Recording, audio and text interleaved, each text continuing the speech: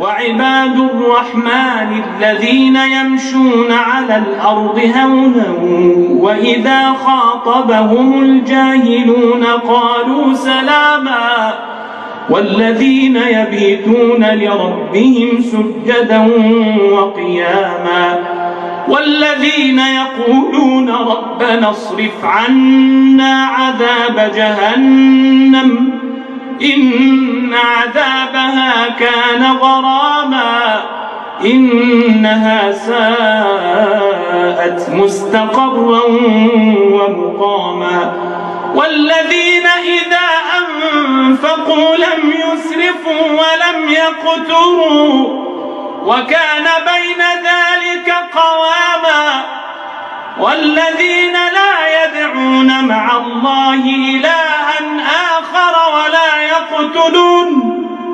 ولا يقتلون النفس التي حرم الله إلا بالحق ولا يزنون ومن يفعل ذلك يلقى أثاما يضاعف له العذاب يوم القيامة ويخلد فيه مهانا إلا من تاب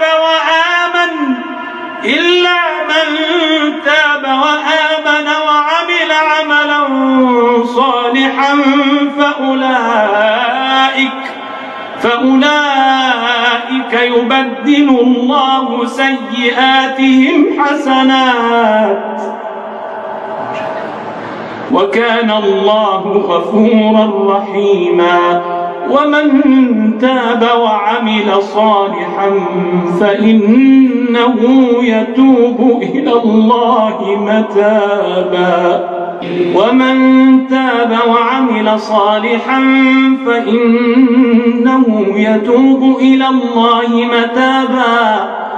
والذين لا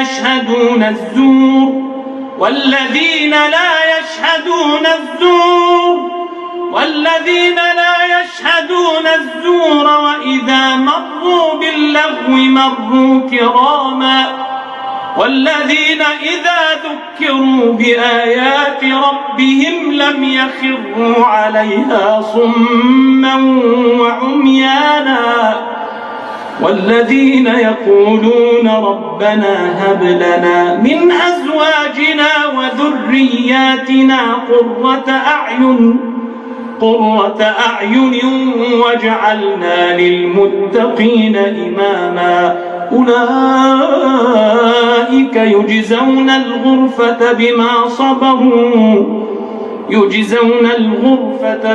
صبروا ويلقون فيها تحية وسلاما خالدين فيها حسنت مستقرا ومقاما قل ما يعبأ بكم ربي لولا دعاؤكم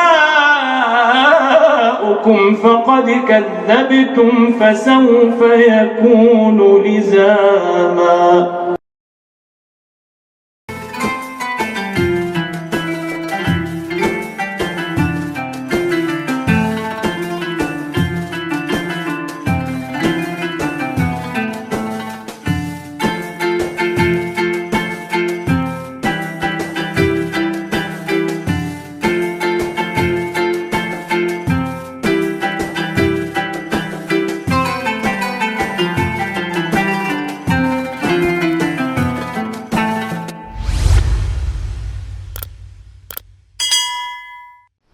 Wa idza marru bil lagwi marru kirama. Ini yang ke-10 dari sifat dan perilaku ibadur rahman. Kita akan lanjutkan pada ayat ke-73. Walladzina idza dzukkiru bi ayati rabbihim lam yakhirru 'alaiha summan wa umyana. Dan orang-orang yang apabila diingatkan mereka diperingatkan dengan ayat-ayat Tuhan mereka, lam yakhirru 'alaiha summan wa umyana. Kata yang perlu kita garis bawahi dari ayat ini adalah kata lam yakhirru, ya, yang diambil dari kata dasar al-khurur, yang artinya adalah tersungkur. Jatuh tersungkur itu namanya kharra yakhirru khururan. Dan ini adalah kata kiasan untuk menunjukkan arti perhatian. Ya. Mereka ibadur rahman adalah orang-orang yang apabila diperingatkan dengan ayat-ayat Allah, mereka tidak menyikapinya seakan tuli dan buta. Justru mereka membuka telinga mereka untuk memperhatikan pesan-pesan Tuhan dalam ayat-ayat tersebut. Mereka membuka pikiran mereka untuk memperhatikan pesan-pesan Allah yang tertera dalam ayat-ayat tersebut. Ini adalah ibadur rahman, bukan seperti yang lainnya.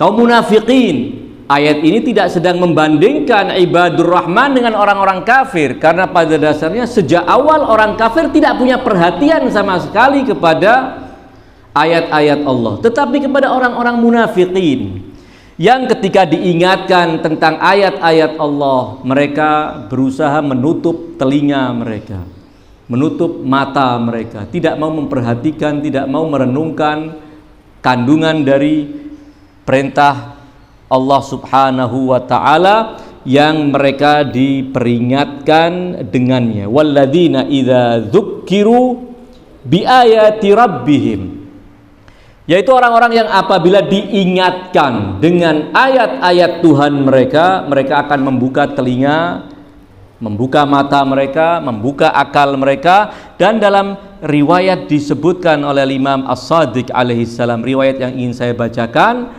beliau menerangkan tentang ayat ini demikian. Dan ini sesuatu yang sangat istimewa dari karakter orang-orang ibadur rahman. Dalam kitab Raudhatul Kafi, kitab Raudhatul Kafi, sedikit saya ingin ceritakan, saya ingin jelaskan bahwa kitab Al-Kafi yang ditulis oleh Thiqatul Islam Muhammad ibn Ya'qub Al-Kulaini merupakan kitab standar Syiah yang nomor 1.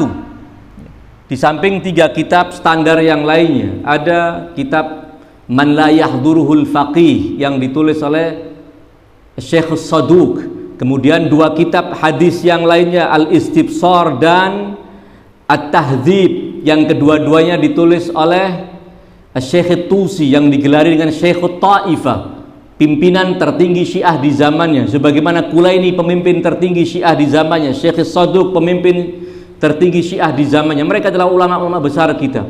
Al-Kulaini menulis 3 kitab yang kesemuanya diberi nama Al-Kafi. Namun karena temanya berbeda-beda, maka yang satu bagian dalam 2 jilid diberi nama Usulul Kafi, memuat riwayat-riwayat terkait dengan akidah, terkait dengan sejarah para imam, terkait dengan akhlak-akhlak yang harus disandang, yang itu merupakan penerjemahan dari keimanan kita. Riwayat-riwayat itu dirangkum dalam Usulul Kafi. Kemudian riwayat-riwayat yang berbicara tentang hukum, syariat, tentang fikih disendirikan dalam Furu'ul Kafi. Furu'ul Kafi memuat riwayat-riwayat itu. Riwayat fikih mulai babut taharah hingga bab terakhir diriwayatkan dalam kitab Furu'ul Kafi. Ada bagian ketiga, yaitu Raudhatul Kafi. Ya kurang lebih kalau kita mau bahasakan itu bagian campur sari, semua tema ada di situ. Surat-surat para imam yang isinya nasihat, isinya mauidhah juga ditemukan dalam kitab Raudhatul Kafi. Namun yang inti adalah Usulul Kafi dan Furu'ul Kafi. Total dari riwayat yang ditulis oleh Syekh Al-Kulaini dan beliau rangkum dalam ketiga kitab itu adalah sekitar 16.000 riwayat dari para imam suci Ahlul Bait yang beliau koleksi setelah 20 tahun beliau meneliti dan mengumpulkan riwayat-riwayat itu dari sumber-sumber yang beliau temui satu persatu dari satu kota ke kota yang lain. Syekhul Kulaini, kendati beliau lahir di kota Roy itu sekarang pinggiran kota Teheran, yang ada makam Syah Abdul Azim Al-Hasani di situ, itu Roy. Nyambung dahulu, mungkin tidak terlalu pisah dengan kota Qum, merupakan pusat ilmu Islam baik Syiah maupun Sunni. Ulama-ulama besar ahli sunnah juga terlahir dan tinggal di kota itu. Semisal Fakhruddin Ar-Razi, seorang ulama besar ahli sunnah yang menulis tafsir belasan jilid, menulis buku-buku yang lainnya sangat luar biasa. Orang yang lahir dari kota Roy disebut Ar-Razi. Jadi kalau ada ulama disebut dengan gelar atau nama Ar-Razi, berarti dia dari kota Roy.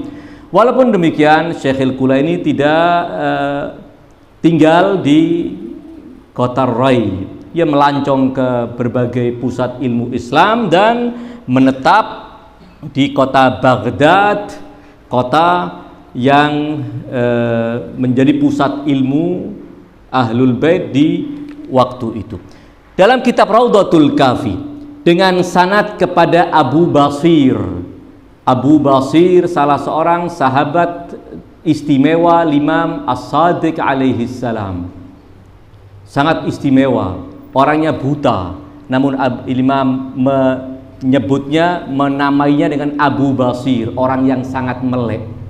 Karena kendati matanya buta, namun mata hatinya sangat tajam, sehingga dia bisa menemukan kebenaran dan melebur dengan nilai-nilai positif kebenaran ajaran Ahlul Bait. Al-Aihad Abu Basir, yang dalam riwayat-riwayat para imam suci mendapatkan pujian yang sangat luar biasa. Orang ini orang sangat istimewa. Al-Aihad, kita akan bacakan, kita kembali dalam kitab Raudhatul Kafi dari Abu Basir. Abu Basir berkata demikian, Sa'altu Aba Abdillah alaihi salam an qaulillahi azza wa jal walladzina idza dzukkiru bi ayati rabbihim lam yakhirru 'alaiha summan wa umyana. Apa makna dari ayat ini?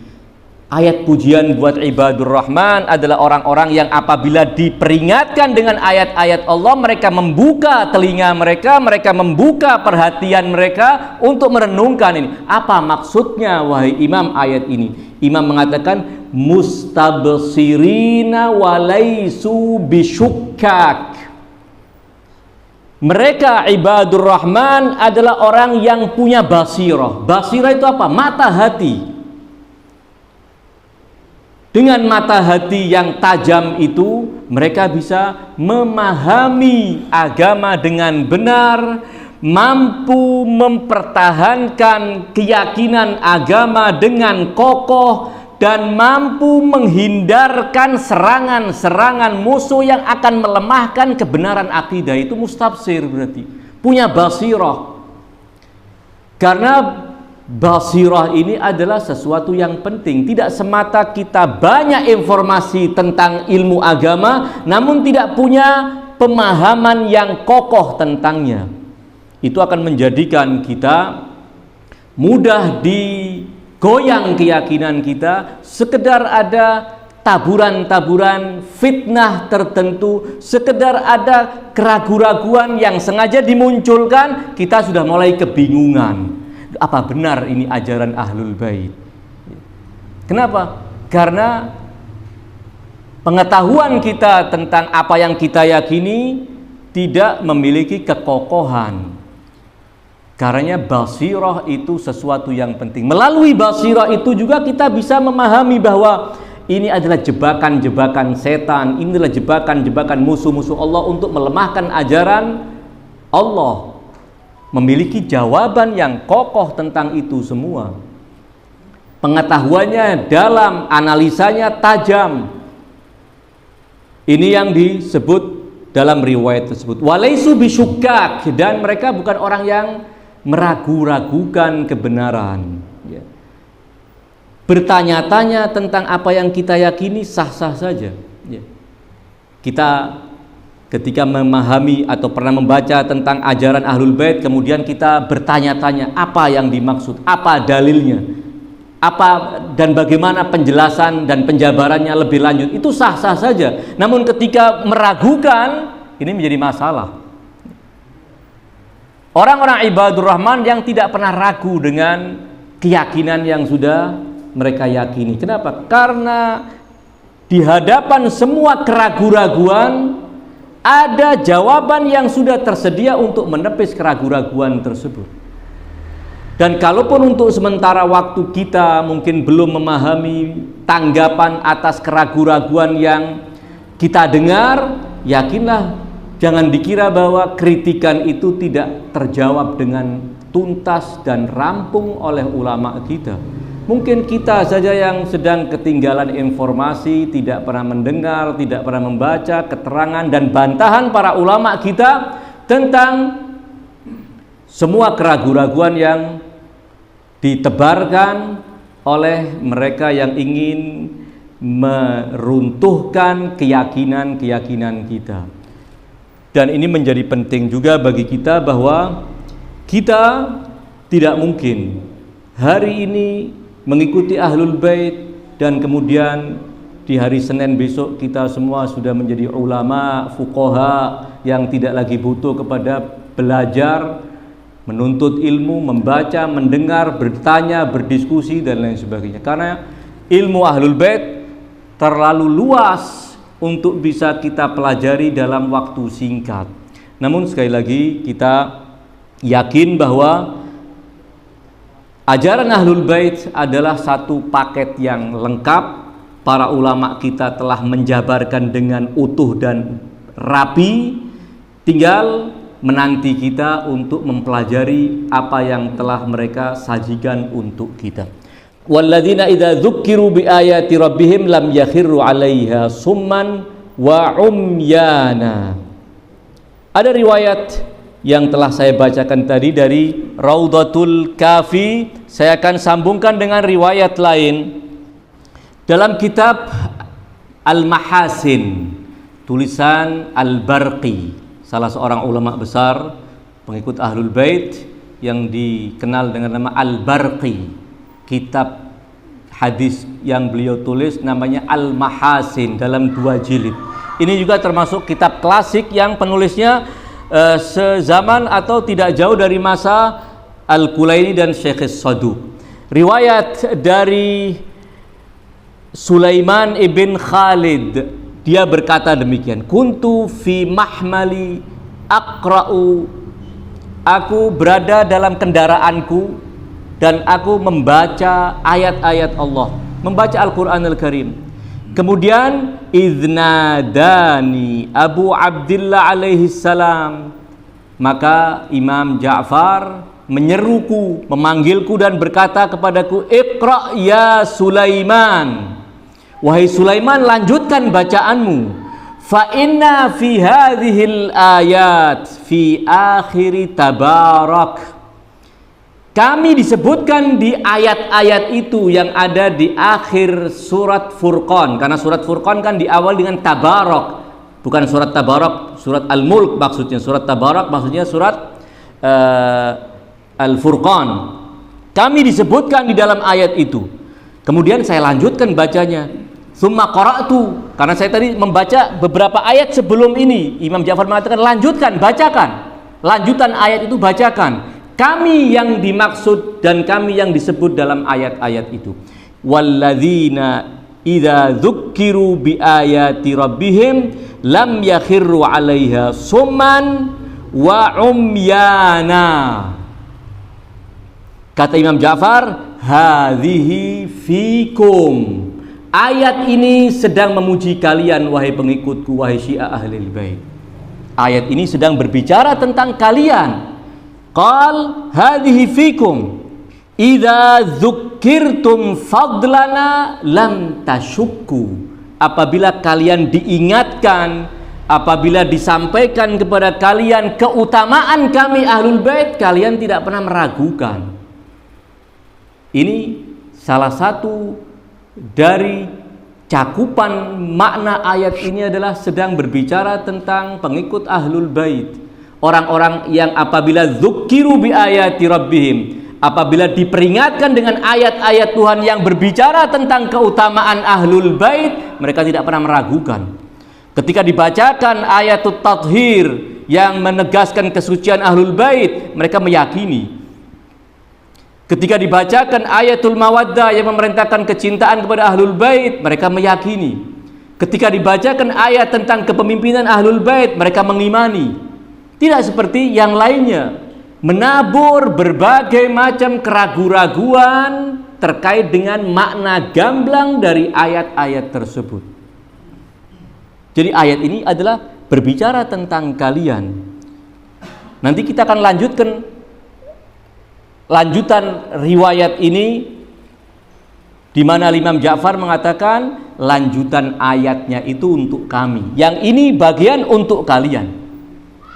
Jadi kembali kita bacakan sabda Imam Ja'far, hadhihi fikum idza dzukirtum fadlana lam tasyukku. Apabila kalian diingatkan tentang keutamaan kami, kalian tidak meragukan.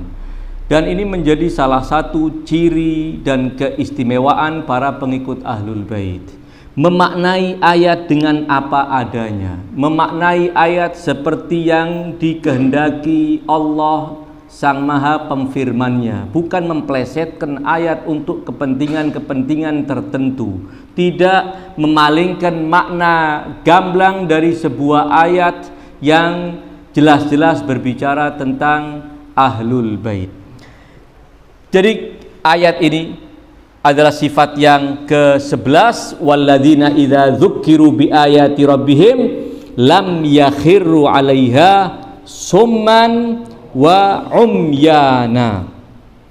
Kita lanjutkan dengan membaca keterangan Al-Allamah Tabatabai dalam Tafsiril Mizan ketika beliau menerangkan ayat ini, walladzina idza dzukiru bi ayati rabbihim lam yakhirru 'alaiha summan wa umyana. Beliau mengatakan wal makna, maksud dari ayat ini, makna dari ayat ini adalah walladzina idza dzukiru bi ayati rabbihim min hikmatin aw mau'izatin hasanatin min qur'anin aw wahyin lam yaskutu 'alaihi wa hum summun la yasma'un wa umyan la yubsirun, yaitu orang-orang yang apabila diingatkan dengan ayat-ayat Tuhan mereka yang di dalamnya termuat hikmah, yang di dalamnya termuat nasihat-nasihat yang indah, baik dari ayat-ayat suci Al-Quran maupun dari wahyu selain Al-Quran,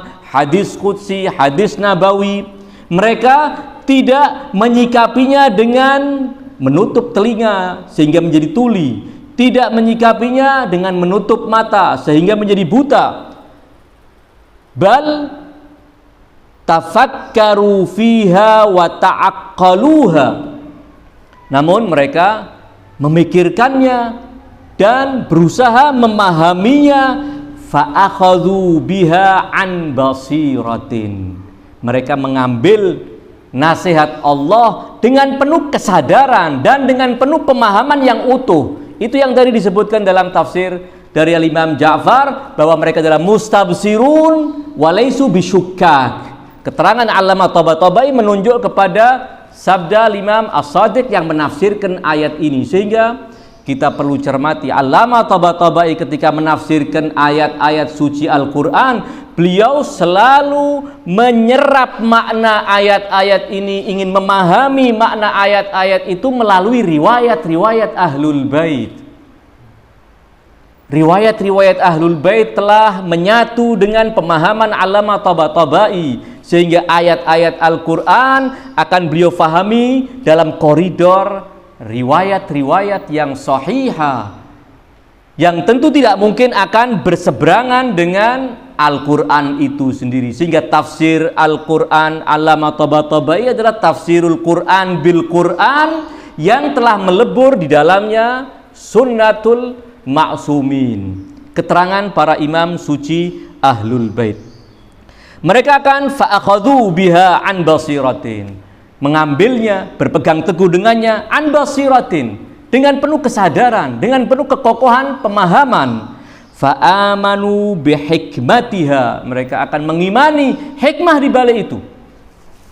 Banyak di antara kita yang juga terkadang sering bertanya-tanya, kenapa hukum waris, satu contoh, untuk lelaki, anak tentunya yang dimaksudkan, mendapat 2 bagian dibanding anak perempuan, sehingga kita menganggap bahwa ini seakan Allah sedang berpihak kepada kaum pria dan tidak berpihak kepada kaum wanita.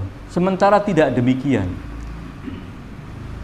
Keraguan-keraguan yang mungkin ditebarkan menjadikan kita ingin mengatakan yang adil itu apabila hukum waris dalam Islam itu disamaratakan anak laki maupun anak perempuan. Ini tentu pemahaman atau pertanyaan atau kritikan yang tidak berdasar. Melihat hanya satu sisi ini saja dari hukum Islam, kemudian disimpulkan seakan Islam adalah ada di antara syariatnya yang tidak sesuai dengan keadilan. Namun apabila kita perhatikan, kita fahami dengan utuh, orang laki ketika dia telah menjadi suami, dia punya tanggung jawab untuk menafkahi istrinya, sehingga semua kebutuhan istrinya menjadi tanggung jawab dia. Sementara Islam tidak pernah membebani para istri untuk mencukupi suami, menafkahi suami, mencukupi kebutuhan rumah tangga. Tidak ada kewajiban itu. Islam tidak melarang seorang istri, seorang wanita bekerja memiliki uang sendiri, tidak dilarang. Namun uang itu menjadi milik pribadi dia. Ya. Suami tidak punya hak untuk terhadap uang istri. Sementara uang suami, istri juga ikut memiliki. Dari sisi ini saja kalau kita katakan harus sama, maka berarti Allah sedang berpihak kepada perempuan dan mendolimi orang laki. Tanggung jawab lelaki lebih besar, sementara tanggung jawab wanita adalah sebatas yang telah Allah tentukan, tidak seberat dan sebesar tanggung jawab suami. Ini salah satu. Ketika kita memahami bahwa ternyata ada aturan yang semacam demikian, kita akan memahami bahwa Islam semua aturannya adalah aturan yang rapi, aturan yang penuh dengan keadilan, aturan yang memperhatikan semua hajat dan kebutuhan manusia. Banyak contoh-contoh dari hal-hal yang mungkin menggelitik dalam pikiran kita. Kenapa wanita harus berjilbab? Kenapa dan kenapa, serta pertanyaan-pertanyaan yang lain terkait dengan wanita, atau tentang hukum-hukum yang lain. Orang-orang yang tergolong ibadur rahman adalah orang-orang yang mengimani apa yang difirmankan oleh Allah, watta'adhu bimau'idhiha, mengambil pelajaran dari nasihat-nasihatnya, wa kanu ala basiratin min amrihim. Agama yang dia terima dengan penuh pemahaman dan keyakinan yang kokoh. Wa bayyinatin min rabbihim, dan di atas bukti yang nyata dan gamblang dari Tuhan mereka. Sekali lagi, kita perlu melihat kenapa para ulama kita menekankan pentingnya al-basirah. Pentingnya al-basirah. Karena al-basirah yang akan membentengi keyakinan kita dari keruntuhan. Keyakinan yang tidak dibentengi dengan pemahaman yang utuh akan mudah digoyang. Ketika keyakinan itu sekedar kita terima tanpa ada tertanam dengan kokoh, akarnya tidak menghunjam dalam jiwa dan pikiran kita, itu akan sangat mungkin di tengah jalan kita akan lepas wal'iyadzubillah akidah yang benar ini.